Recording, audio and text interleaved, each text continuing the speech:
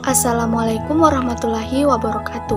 Kami dari kelompok 12 kelas C Dengan dosen pengampu Bapak Dr. Bahtiar Haruna, SPD MPD, akan mempresentasikan materi kami sebagai pemenuhan tugas mata kuliah Pendidikan Kewarganegaraan. Sebelum kami masuk ke pembahasan lebih lanjut, izinkanlah kami memperkenalkan diri terlebih dahulu. Yang pertama, saya sendiri atas nama Nismawar dengan NIM 2206065010048. Dan ada Andi Sayyida Kotrunada dengan NIM 2206065010058. Baiklah, pada video kali ini kami akan mempresentasikan materi dengan judul Bagaimana Dinamika Historis, Konstitusional, Sosial Politik, Kultural, serta Konteks Kontemporer Penegakan Hukum yang Berkeadilan. Menggali sumber historis, sosiologis, politik tentang penegakan hukum yang berkeadilan di Indonesia. Upaya penegakan hukum dan keadilan sangat terkait erat dengan tujuan negara. Agar negara dapat melaksanakan tugas dan tujuannya, maka disusunlah peraturan-peraturan yang disebut peraturan hukum. Nah, adapun peraturan-peraturan hukum yang disusun dalam bidang ketertiban dan perlindungan warga negara, diantaranya yang pertama hukum privat, ialah hukum yang mengatur hubungan antar manusia atau individu yang menyangkut kepentingan pribadi. Misalnya masalah jual beli, sewa menyewa, dan pembagian waris.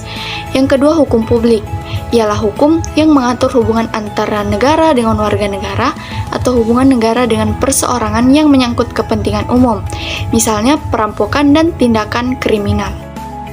Gustav Radbruch, seorang ahli filsafat Jerman, menyatakan bahwa untuk menegakkan hukum ada 3 unsur yang selalu harus diperhatikan, yaitu yang pertama keadilan. Artinya bahwa dalam pelaksanaan hukum, para aparat penegak hukum harus bersikap adil. Yang kedua, kemanfaatan. Selain unsur keadilan, hukum harus bermanfaat bagi manusia. Oleh karena itu, pelaksanaan hukum atau penegakan hukum harus memberi manfaat atau kegunaan bagi manusia. Yang ketiga, kepastian hukum. Artinya, penegakan hukum pada hakikatnya adalah perlindungan hukum terhadap tindak sewenang-wenang.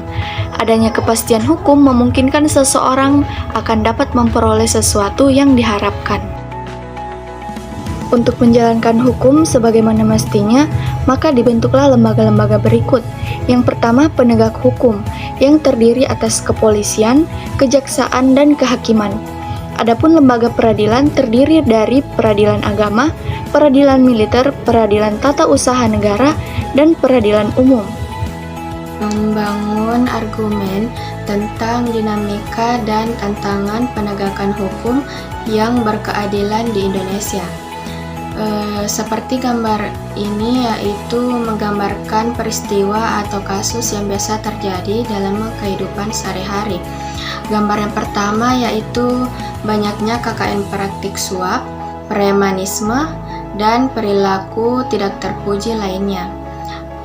Gambar kedua yaitu masih adanya potensi konflik dan kekerasan sosial yang bermuatan sara, pelanggaran HAM, dan sikap etnosentris. Dan gambar yang ketiga yaitu maraknya kasus ketidakadilan sosial yang belum diselesaikan dan ditangani secara tuntas. Mendeskripsikan esensi dan urgensi penegakan hukum yang berkeadilan Indonesia.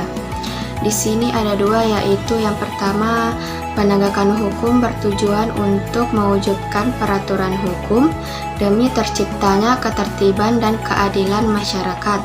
Yang kedua yaitu apa yang tertera dalam peraturan hukum pada pasal-pasal hukum material seyogianya dapat terwujud dalam proses pelaksanaan atau penegakan hukum di masyarakat. Banyaknya kasus perilaku warga negara sebagai subjek hukum, baik yang bersifat perorangan maupun kelompok masyarakat yang belum baik dan terpuji atau melakukan pelanggaran hukum, menunjukkan bahwa hukum masih perlu ditegakkan karena keadilan di Indonesia masih lemah. Sebagian masyarakat bahkan merasakan bahwa aparat penegak hukum sering memperlakukan hukum bagaikan pisau yang tajam ke bawah tetapi tumpul ke atas. Apabila hal ini terjadi secara terus-menerus, kemungkinan akan terjadi revolusi hukum. Oleh karena itu, tantangan yang dihadapi oleh bangsa Indonesia saat ini adalah menghadapi persoalan penegakan hukum di tengah maraknya pelanggaran hukum di segala strata kehidupan masyarakat.